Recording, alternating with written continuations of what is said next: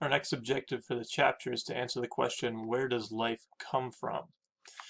For centuries, people believed that life originated from non-living sources. This is the idea of spontaneous generation. Spontaneous meaning it just happens, and generation meaning we're generating the life.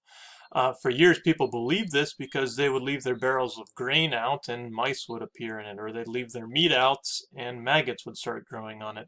They even got down to the point of thinking that newly formed ponds, fish would appear through coming from the mud that was down there. Again, it was the idea that living things arose from non-living sources.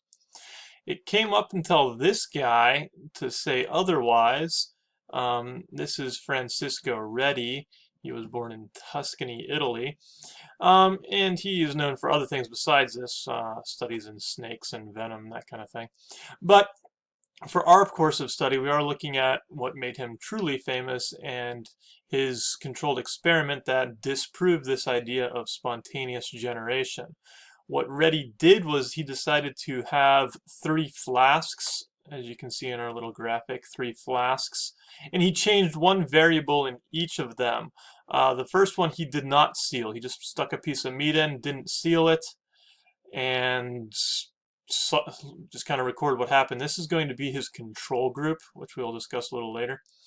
Over here was his second flask. He decided to seal it. He sealed it off so nothing could get in and out, not even the smell of the meat. It was a pretty tight seal. It wasn't exposed to anything except what was already in the jar, which he tried to make as nothing in there besides the meat as possible.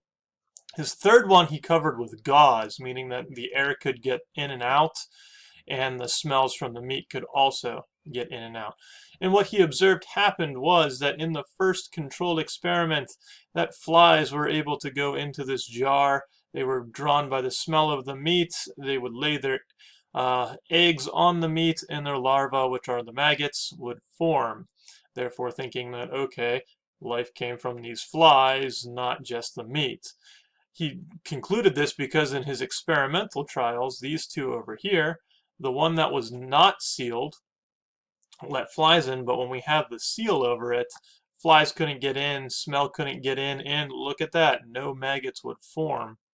However, he did have the third one, which he covered in gauze, and in this case, flies were able to smell the meat, be attracted to it. They would lay their eggs on top on the gauze, so the maggots would form on the gauze and not the meat.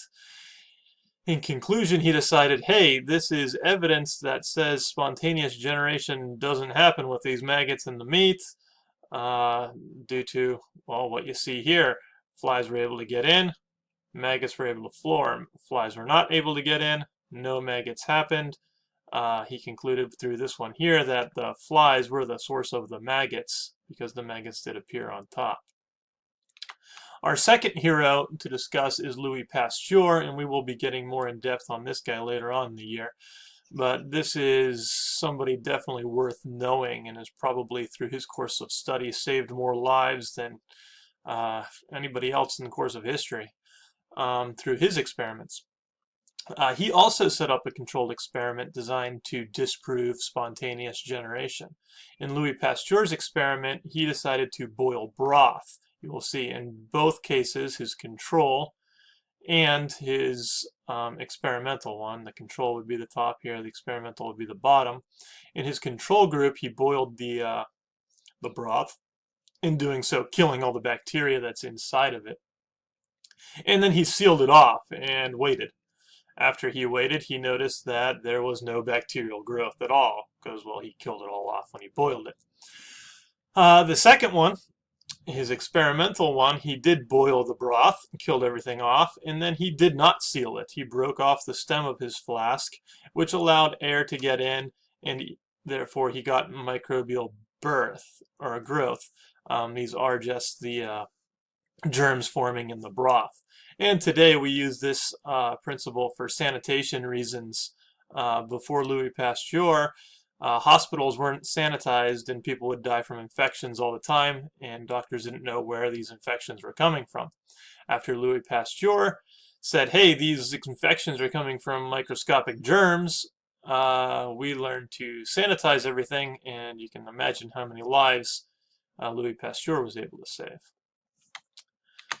Our last discussion for this video is going to be on what a controlled experiment is. You just had two examples, one from Redi and one from Pasteur, but here's another, just to stress the point of the importance of a controlled experiment. A controlled experiment gives you two groups. You have a control group here, and you have an experimental group.